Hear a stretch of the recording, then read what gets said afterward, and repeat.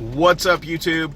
Justin with 904 Lawn Pros, and today we're going to talk about HomeAdvisor.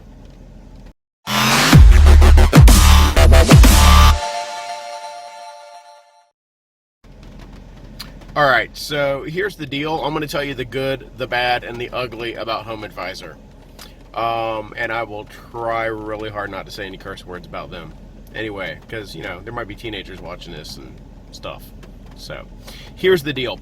Last year when I started my business, of course, you're in that phase where you take anybody and everybody, and you're starving for business, and, excuse me. I got a phone call, and of course I went to voicemail, and it said, hey, this is so-and-so. I'm working with 3 families in your area that need lawn service. And when I heard the voicemail, I was like, oh my God, great. So, called back, left a voicemail, we played phone tag for a couple times, and I was like, you know what? I figured this was a property manager or something, and I said, you know what, great, shoot me over the addresses, I'll swing by, take a look at them, get you a quote, blah, blah, blah. So, of course, I get a phone call back, and it's, oh, no, that's not how this works. This is so-and-so with HomeAdvisor. We have 3 families in your area that need service. If you sign up with us and become a vendor, then we'll forward you over the leads. And so, it was like halfway through the year. It was, I don't know, August last year or something. So I think the sign-up fee was like $230 or whatever. I guess it's more expensive if you do it at the beginning of the year. She said she prorated it. I guess she did. And then once we send you the leads, or once you sign up and you pass the background check, we'll send you leads. Then you pay per lead. So you pay an upfront cost, and then you pay a cost per lead. Now, the cost per lead depends on how well they match up with you, whether they're an exact match or a partial match. So it was like $245 to sign up. A partial lead, I think I was paying $18.75 for, and then a full lead was like $23 or $26.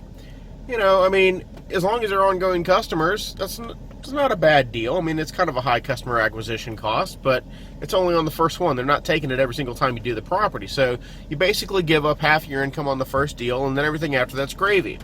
And then if you get really lucky, it's a big like landscaping job or whatever. I had one come in, and it was like a $700 mulch job that I paid $18 for the lead. I'll do that deal all day long. The problem is, they weren't exactly truthful.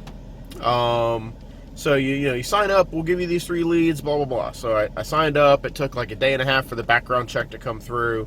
I guess, to be fair, maybe they divvied out those 3 leads over the day and a half that it took me to sign up. Because as soon as I signed up, I didn't get 3 leads. I got 1.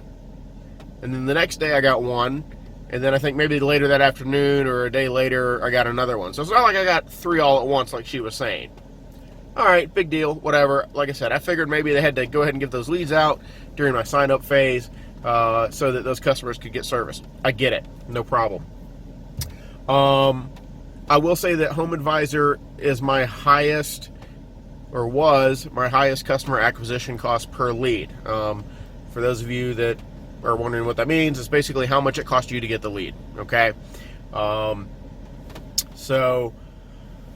Where do we go from here? And they've actually been some of my highest quality leads. And I hear other guys saying that they're crap or whatever. They were some of my highest quality leads last year. They were some of my best paying customers. I don't put up with no payers or slow payers. It's just like, if you don't pay your phone bill, they shut your phone off. If you don't pay your lawn bill, I'm not cutting your grass. We have everybody prepay at the beginning of the month or card on file through Yardbook. So that's my spiel on that. But anyway, highest quality lead and willing to pay the most. They weren't really low ballers per se.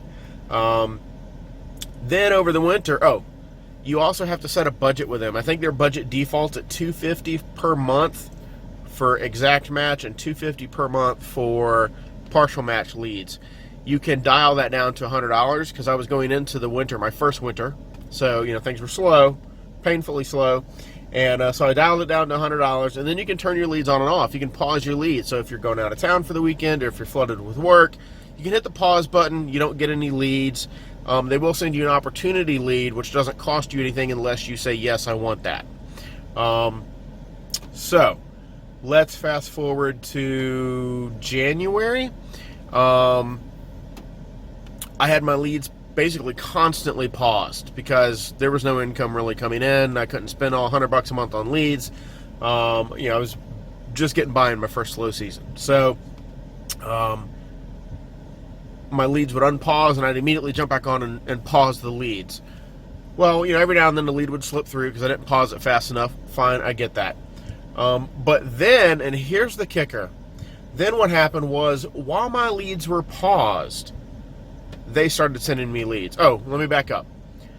There were like 3 or 4, like I said, these were really good leads. But then I had this just random thing where 3 or 4 leads were just absolute trash. Either wrong phone numbers or, I got the lead, I called 10 minutes later and I'm like, oh no, we changed our mind or we found somebody else to do the job, whatever. I requested credit for like 3 or 4 leads, never got it, okay? So A, they lied to me in the first place, or maybe lied to me in the first place when like, oh, we'll give you 3 leads as soon as you sign up. But then they crapped out on giving me credit for those leads. That was kind of like the second straw, okay? The third straw was in January when I had my leads paused and they started sending me leads anyway and charging me for them. And I was like, oh, hell no. So that was kind of the straw that broke the camel's back. I argued with them and I'm like, look, my leads are paused. You guys never gave me credit on the other leads. And of course they're like, oh no, you owe us $300. I'm like, the hell I do. So anyway, needless to say, HomeAdvisor and I are no longer friends. We're not on speaking terms. They still say I owe them $300 and I tell them they can kiss my fill in the blank. So anyway, I know a lot of people have had bad experience with HomeAdvisor. Some people have had good experience with them. I was having a decent experience until they wanted to do business practices like that, which, what kills me is they wouldn't even have a business if it wasn't for us contractors. That's what pisses me off the most. If it wasn't for the customers and the contractors, us, you, they wouldn't have a business. And they want to treat their contractors this way? Screw them. I don't need them. I've been doing just fine without them. So, you decide for yourself if you want to do HomeAdvisors or not. But that's my take on it. That's the good, the bad, the ugly, and the truth. So, on to the next one, guys.